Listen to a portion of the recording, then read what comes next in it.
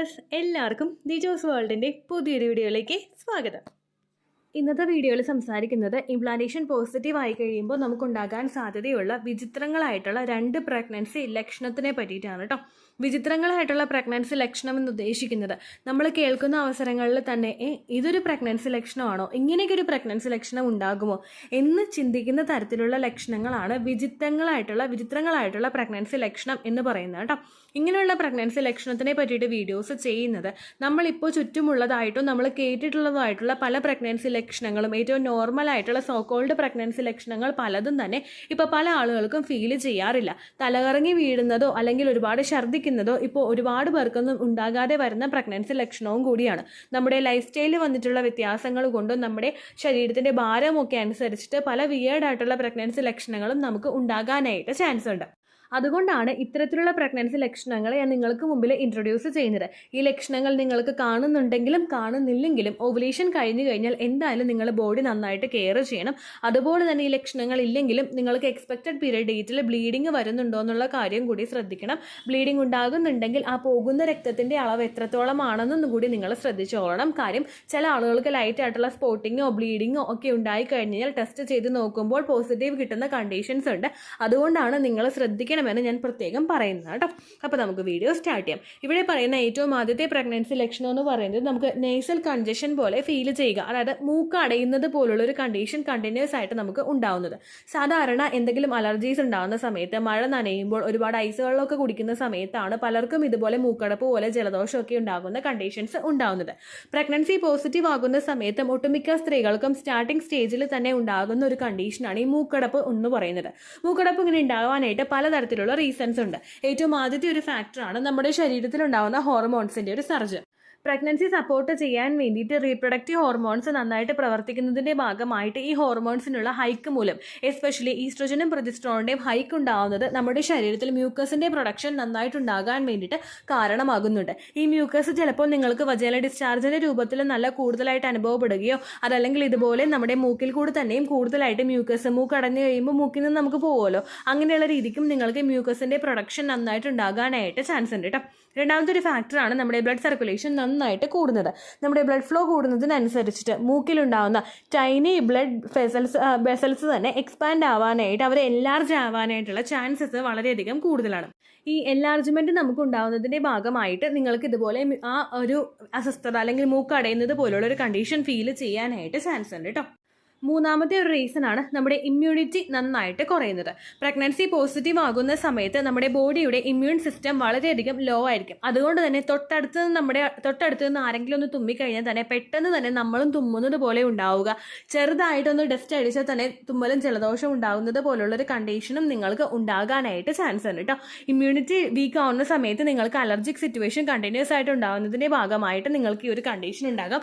അതുകൊണ്ട് ഒരിക്കലും നിങ്ങൾ സിട്രസിൻ പോലുള്ള മെഡിസിൻസ് അമിതമായിട്ട് യൂസ് ചെയ്യാനായിട്ട് പാടില്ല. സിട്രസിനും അതുപോലെ പ്രഗ്നൻസി സമയത്ത് നമുക്ക് ഏത് കണ്ടീഷൻസ് ഉണ്ടായി കഴിഞ്ഞാലും ആ മെഡിസിൻ ഒക്കെ എടുക്കേണ്ടത് പൂർണ്ണമായിട്ടും ഒരു ഡോക്ടറുടെ പ്രിസ്ക്രിപ്ഷനോടുകൂടി മാത്രമായിരിക്കണം. പ്രഗ്നൻസി സമയത്ത് ഒരു തവണ പോലും നമുക്ക് ഉപയോഗിക്കാൻ പാടില്ലാത്ത പലതരത്തിലുള്ള മെഡിസിൻസ് ഉണ്ട്. അതുപോലെ പ്രഗ്നന്റ് ലേഡീസിന് ഡോസ് കുറച്ചിട്ടും എടുക്കേണ്ട മെഡിസിൻസ് ഉണ്ട്. അതുകൊണ്ട് തന്നെ ഈ മെഡിസിൻസ് നിങ്ങൾക്ക് ജലദോഷം പോലെയോ മറ്റുള്ള തുമ്മലോ മൂക്കടപ്പോ അങ്ങനെ എന്ത് കണ്ടീഷൻസ് ഉണ്ടായി കഴിഞ്ഞാലും നിങ്ങൾ എടുക്കുന്ന മെഡിസിൻ എപ്പോഴും ഡോക്ടറുടെ ഒരു പ്രിസ്ക്രിപ്ഷനോടുകൂടി ആകാനായിട്ട് നിങ്ങൾ ശ്രദ്ധിക്കാം. ഇനി ഈ ഒരു കണ്ടീഷൻസ് കൂടുതലായിട്ട് വരുവാണെങ്കിൽ നന്നായിട്ട് ആവി പിടിക്കാനായിട്ട് നോക്കുക. 6 മണിക്കൂർ ഡിസ്റ്റൻസിൽ സലൈൻ അപ്ലൈ ചെയ്ത് കൊടുക്കാനായിട്ട് നിങ്ങൾ ശ്രദ്ധിക്കുക. അതുപോലെ തന്നെ മാക്സിമം നിങ്ങൾ റെസ്റ്റ് എടുക്കാനായിട്ട് നോക്കുക. തലയൊക്കെ നന്നായിട്ട് മസാജ് ചെയ്ത് കൊടുക്കുക. അതുപോലെ ബോഡിയുടെ പോർഷൻ ആണെങ്കിലും ചെറുതായിട്ട് ചൂടുവെള്ളമൊക്കെ ഉപയോഗിച്ചിട്ട് മുഖം കഴുകുമ്പോഴേക്ക് നിങ്ങൾക്കൊരു റിഫ്രഷ്മെൻറ്റ് കിട്ടുകയും ആ മൂക്കടപ്പ് പോലുള്ള കണ്ടീഷൻസ് കുറച്ചൊന്ന് കുറയാനായിട്ട് അത് ഹെൽപ്പ് ചെയ്യുകയും ചെയ്യും കേട്ടോ. രണ്ടാമതായിട്ടുണ്ടാകുന്നൊരു ബുദ്ധിമുട്ടാണ് തൊണ്ടവേദന അല്ലെങ്കിൽ തൊണ്ടയിൽ കരകരപ്പ് പോലുള്ള കണ്ടീഷൻസ് ഉണ്ടാകുന്നത്. ജലദോഷം ഉണ്ടാകുന്ന സമയത്ത്, പനി ഉണ്ടാകുന്ന സിറ്റുവേഷനിൽ നമുക്ക് നന്നായിട്ടുണ്ടാകുന്ന ഒരു കണ്ടീഷനാണിത്. പക്ഷേ പ്രഗ്നൻസി പോസിറ്റീവ് ആകുന്ന സമയത്തും പല സ്ത്രീകൾക്കും ഈ തൊണ്ടയിൽ കരകരപ്പ് പോലെയോ അല്ലെങ്കിൽ തൊണ്ടയിൽ വേദന പോലെയോ അനുഭവപ്പെടാനായിട്ട് ചാൻസ് ഉണ്ട്. ഏറ്റവും ആദ്യത്തെ ഒരു റീസൺ എന്ന് പറയുന്നത് നമ്മളിൽ ഉണ്ടാകുന്ന ഡൈജഷൻ സ്ലോ ആകുന്നതാണ്. ഡൈജഷൻ കുറഞ്ഞു പോകുന്നതിനനുസരിച്ചിട്ട് നമ്മുടെ ശരീരത്തിൽ അസിഡിറ്റി നന്നായിട്ടുണ്ടാകാനായിട്ട് ചാൻസ് ഉണ്ട്. ഇത് ഗ്യാസ് ട്രബിളിലൂടെയോ അല്ലെങ്കിൽ ഹാർട്ട് ബേണിലൂടെയോ നമ്മുടെ ബോഡിയിൽ റിഫ്ലക്ട് എഫക്റ്റ് ചെയ്യാനായിട്ട് തുടങ്ങും.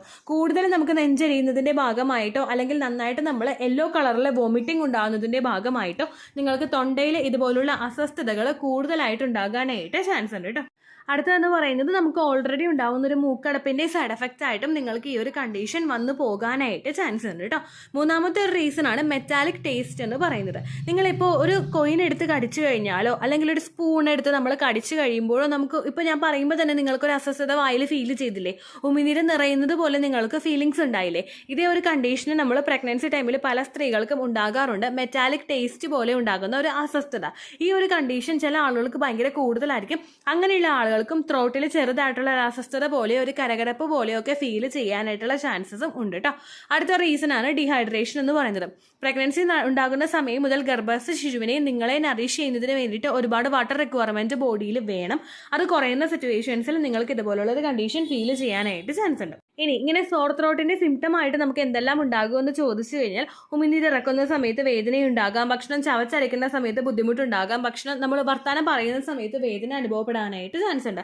ചില ആളുകൾക്ക് ഇതിനോടൊപ്പം തന്നെ ഫീവർ ലൈക്ക് സിംറ്റംസും കൂടി സ്റ്റാർട്ട് ചെയ്യാറുണ്ട്. അതായത് ചെറുതായിട്ട് പനി വരുന്നത് പോലുള്ളൊരു കണ്ടീഷൻ ഫീൽ ചെയ്യാറുണ്ട്. ഇതും പ്രഗ്നൻസി സിംറ്റം ആയിട്ട് പലർക്കും ഉണ്ടാകുന്നതാണ്. Fever like symptoms during pregnancy or ഈ fever like symptom is an early pregnancy sign എന്ന് പറഞ്ഞിട്ട് നിങ്ങൾ യൂട്യൂബിലെ ഗൂഗിളിൽ സെർച്ച് ചെയ്ത് നോക്കിക്കഴിഞ്ഞാൽ ഡെഡിക്കേറ്റഡ് ആയിട്ടുള്ള അതിനെപ്പറ്റി റിലവൻ്റ് ആയിട്ടുള്ള വീഡിയോസ് നിങ്ങൾക്ക് കാണാനായിട്ട് സാധിക്കും. അത്രത്തോളം പല സ്ത്രീകൾക്കും ഉണ്ടാകുന്ന ഒരു കണ്ടീഷനാണ് ഈ ഫീവർ ഉണ്ടാകുന്നത് പോലൊരു ടെമ്പറേച്ചർ ഹൈക്ക് അനുഭവപ്പെടുന്നത്. അങ്ങനെ നിങ്ങൾക്ക് ഉണ്ടാകുന്നുണ്ടോ എന്ന് നോക്കാം. എപ്പോഴും നിങ്ങൾ മറ്റൊരു കാര്യം കൂടി ശ്രദ്ധിക്കണം. ഒരു 100 ഡിഗ്രിയുടെ അടുത്തൊക്കെ ടെമ്പറേച്ചർ എത്തിക്കഴിഞ്ഞാൽ ഒരിക്കലും നിങ്ങൾ വെയിറ്റ് ചെയ്യാനായിട്ട് പാടില്ല. ഒരു 98, 99, 100 ആ ഒരു ലെവൽ എത്തിക്കഴിഞ്ഞാൽ പിന്നെ നമ്മൾ വീട്ടിലെടുക്കുന്ന ഹോം റെമഡീസ് കൊണ്ടോ മറ്റുള്ള കാര്യങ്ങളൊന്നും ചെയ്ത് നിങ്ങൾ നിൽക്കാനായിട്ട് പാടില്ല. ഇമ്മീഡിയറ്റ് ആയിട്ട് ഡോക്ടറെ കാണാനായിട്ട് പോകണം. ചെറുതായിട്ടുള്ളൊരു ടെമ്പറേച്ചറോ ചെറുതായിട്ടുള്ള തൊണ്ടവേദനയോ ആണ് നിങ്ങൾക്കുള്ളത് ഉണ്ടാകുന്നതെങ്കിൽ 6 മണിക്കൂറിൻ്റെ ഗ്യാപ്പ് ഇട്ടിട്ട് നിങ്ങൾ പാരസെറ്റാമോൾ എടുക്കാനായിട്ട് നോക്കുക. അത് എടുത്തിട്ട് ഒരു ദിവസം എടുത്തിട്ട് നിങ്ങൾക്ക് കുറവുണ്ടാവുന്നില്ലെങ്കിൽ ഒട്ടും നിങ്ങൾ വെയിറ്റ് ചെയ്യരുത്. ഡോക്ടറെ കണ്ടിട്ട് റീസൺ ഒക്കെ പറഞ്ഞിട്ട് മെഡിസിൻ എടുക്കാനായിട്ട് ശ്രദ്ധിക്കണം കേട്ടോ. ഇമ്മ്യൂണിറ്റി ഈ സമയത്ത് വളരെയധികം വീക്ക് ആയതുകൊണ്ട് തന്നെ ഇമ്മ്യൂണിറ്റി ബൂസ്റ്റ് ചെയ്യാൻ സഹായിക്കുന്ന ഫുഡ് ഐറ്റംസ് നിങ്ങൾ എടുക്കാനായിട്ട് നോക്കുക. നെല്ലിക്ക കഴിക്കാനായിട്ട് ശ്രദ്ധിക്കുക. വിറ്റമിൻ സിയുടെ കണ്ടന്റ് അടങ്ങിയിട്ടുള്ള ഓറഞ്ച്, ലെമൺ, ഗ്രേപ്പ് ഫ്രൂട്ട് അങ്ങനെയുള്ള ഐറ്റംസ് എടുക്കാനായിട്ട് നോക്കുക. നട്ട്സ് കഴിക്കാനായിട്ട് ശ്രദ്ധിക്കുക കേട്ടോ. ഇത്തരം കാര്യങ്ങൾ ശ്രദ്ധിച്ചു കഴിഞ്ഞാൽ ഈ ഒരു കണ്ടീഷൻ നിങ്ങൾക്ക് കുറയ്ക്കാനായിട്ട് സാധിക്കും. ഇത്രയേ ഉള്ളൂ വീഡിയോ. യൂസ്ഫുൾ ആയി കാണുമെന്ന് വിശ്വസിക്കുന്നു. യൂസ്ഫുൾ ആവുന്നുണ്ടെങ്കിൽ ലൈക്ക് ചെയ്യുക, ഫ്രണ്ട്സിനൊക്കെ ഷെയർ ചെയ്ത് കൊടുക്കുക കേട്ടോ. എന്തെങ്കിലും സംശയം ഉണ്ടെങ്കിൽ നിങ്ങൾ കമൻസിൽ ചോദിക്കുക. പണ്ടത്തെ വീഡിയോയ്ക്ക് കമൻസ് ഇടുന്നവർക്ക് റിപ്ലൈ ലഭിക്കുന്നില്ലെങ്കിൽ ലേറ്റസ്റ്റ് ആയിട്ട് ഞാൻ ഏത് വീഡിയോ ആണോ അപ്ലോഡ് ചെയ്യുന്നത് അതിന് താഴെ കമൻറ്റ് ഒന്ന് കോപ്പി പേസ്റ്റ് ചെയ്യാനായിട്ട് ശ്രദ്ധിക്കുക കേട്ടോ. അതുപോലെ ഓവുലേഷൻ ഡേറ്റ് കാൽക്കുലേറ്റ് ചെയ്ത് തരാനായിട്ട് റിക്വസ്റ്റ് ചെയ്യുന്ന ആളുകൾ എത്രയാണോ സൈക്കിൾ ലെങ്ത് അത് മെൻഷൻ ചെയ്യാനായിട്ട് ശ്രദ്ധിക്കുക. സൈക്കിൾ ലെങ്ത് എന്നതുകൊണ്ട് ഉദ്ദേശിച്ചത് ഓരോ മാസവും എത്ര ദിവസം കൂടുമ്പോഴാണോ ബ്ലീഡിങ് വരുന്നത് അതാണ് സൈക്കിൾ ലെങ്ത്. കഴിഞ്ഞ മാസം ഒരു 8-ാം തീയതിയാണ് ബ്ലീഡിങ് ആയതെങ്കിൽ ഈ മാസം 6-ാം തീയതിയാണ് ബ്ലീഡിങ് ആയതെങ്കിൽ കഴിഞ്ഞ മാസം 8-ാം തീയതി മുതൽ ഈ മാസം 6-ാം തീയതി വരെ എത്ര ദിവസമുണ്ടോ അത് കാലണ്ടറിൽ എണ്ണി തിട്ടപ്പെടുന്നതാണ് നിങ്ങളുടെ സൈക്കിൾ ലെങ്ത്. സൈക്കിൾ ലെങ്ത് നമ്മൾ കൃത്യമായിട്ട് കാൽക്കുലേറ്റ് ചെയ്യുകയാണെങ്കിൽ ഓവുലേഷൻ ഡേറ്റ് എളുപ്പത്തിൽ കണ്ടുപിടിക്കാൻ വേണ്ടിയിട്ട് ഒരുപാട് ആപ്ലിക്കേഷൻസും ഒരുപാട് ഓൺലൈൻ ആയിട്ടുള്ള വെബ്സൈറ്റുകളും ഇന്ന് നമുക്ക് അവൈലബിൾ ആണ്. പ്ലേ സ്റ്റോറിൽ പോയിട്ട് ഓൺലൈൻ ഓവുലേഷൻ ട്രാക്കർ എന്ന് ടൈപ്പ് ചെയ്ത് കഴിഞ്ഞാൽ നിങ്ങൾക്ക് അതുമായിട്ട് ബന്ധപ്പെട്ടിട്ടുള്ള ആപ്ലിക്കേഷൻസ് കിട്ടും. അത് പറ്റുന്നില്ല എങ്കിൽ ഗൂഗിളിൽ പോയിട്ട് ഓൺലൈൻ ഓവുലേഷൻ കാൽക്കുലേറ്റർ എന്ന് ടൈപ്പ് ചെയ്ത് കഴിഞ്ഞാൽ അതുമായിട്ട് ബന്ധപ്പെട്ടിട്ടുള്ള വെബ്സൈറ്റുകൾ നിങ്ങൾക്ക് കിട്ടും. അതിൽ നിങ്ങളുടെ ലാസ്റ്റ് മന്തിലെ മെൻസ്ട്രേഷൻ്റെ ഡേറ്റും ഒപ്പം ഞാൻ ഈ പറഞ്ഞ രീതിക്ക് നിങ്ങൾ കാൽക്കുലേറ്റ് ചെയ്യുന്ന സൈക്കിൾ ലെങ്ത്തും എൻ്റർ ചെയ്ത് കൊടുക്കുകയാണെങ്കിൽ നിങ്ങൾക്ക് കൃത്യമായിട്ട് ഓവുലേഷൻ ഡേറ്റ് കണ്ടുപിടിക്കാനായിട്ട് സാധിക്കും. ഫെർട്ടൈൽ ടൈം പീരീഡും നിങ്ങൾക്ക് കിട്ടും. അതായത് എത്ര ദിവസം മുതൽ കോൺടാക്ട് ചെയ്ത് തുടങ്ങിക്കഴിഞ്ഞാൽ നിങ്ങൾ പ്രഗ്നൻ്റ് ആകും എന്നുള്ളൊരു ഡേറ്റും നിങ്ങൾക്ക് പ്രോപ്പറായിട്ട് കിട്ടും കേട്ടോ. ഇത് കാൽക്കുലേറ്റ് ചെയ്യുന്ന സമയത്ത് സൈക്കിൾ ലെങ്ത് കാൽക്കുലേറ്റ് ചെയ്യുന്ന സമയത്ത് നിങ്ങളുടെ ആ ഒരു കലണ്ടറിൽ നോക്കി തന്നെ നിങ്ങൾ കാൽക്കുലേറ്റ് ചെയ്യുക. പല മാസങ്ങളിലും 30-31 ദിവസമുണ്ട്. അതുകൊണ്ടാണ് അങ്ങനെ പറഞ്ഞത്. ഒപ്പം നിങ്ങൾക്ക് ബ്ലീഡിങ് തുടങ്ങിയ ദിവസത്തിന് വേണം നിങ്ങൾ ഡേ 1 ആയിട്ട് എടുക്കാൻ വേണ്ടിയിട്ട്. സ്പോട്ടിങ് തുടങ്ങിയ ദിവസത്തിനെ അതായത് ചെറുതായിട്ട് ഡിസ്ചാർജ് പോയി തുടങ്ങിയ ദിവസത്തിനെ നിങ്ങൾ കൺസിഡർ ചെയ്യേണ്ട ആവശ്യം ഇല്ല കേട്ടോ. അപ്പോൾ ഇത്രയേ ഉള്ളൂ വീഡിയോ. അടുത്തൊരു വീഡിയോ ആയിട്ട് നമുക്ക് വീണ്ടും കാണാം. ബൈ.